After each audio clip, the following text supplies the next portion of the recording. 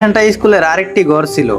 আমরা নাকি এইভাবেই স্কুলের বারান্দায় দাঁড়িয়ে থাকতাম। রাব্বি বলল এই কথাটি। জি, আমারও মনে পড়ে গেল এইভাবেই দাঁড়িয়ে থাকতাম এই স্কুলের বারান্দায়। 2018 সালে এসএসসির বিদায়ের মাধ্যমে স্কুল লাইফটাকে ইতি টানতে হয়েছিল আমাদের। পরে রইল অবশেষে শুধু স্মৃতিগুলো। এখানে একটি টিউবওয়েল ছিল, এখানেও আমাদের অনেক স্মৃতি জমা ছিল। বন্ধু রাব্বি টেনে নিয়ে গেল আমাকে এই গাছটির দিকে। কি হয়েছিল বন্ধু এখানে? কি ছিল এদিকে? আমরা যখন 9-এ পড়তাম তখন এটা আমাদের 9-এর ক্লাস ছিল। হ্যাঁ, একটা পাখি বাসা বাঁধছিল গাছের উপর, মনে আছে? পাশেই আরেকটি জিনিস খেয়াল করলাম, বাচ্চারা খেলা করছে এখানে। এই খেলাটির নাম কি? অনেকেই খেলেছেন হয়তো ছোটবেলায়।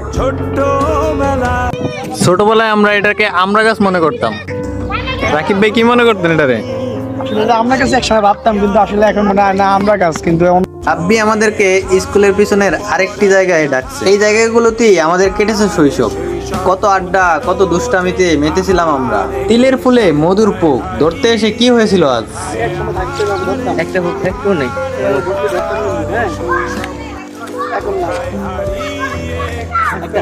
একটু ভালো করে খেয়াল করবেন এদিক দিয়ে কিসে পাড়া দিল বন্ধু। সে ভাবলো ক্যামেরা বন্দি হয়নি। আরে মিয়া কামড় দিব। এটি যে গাতা দেয় না, কামড় দেয় না।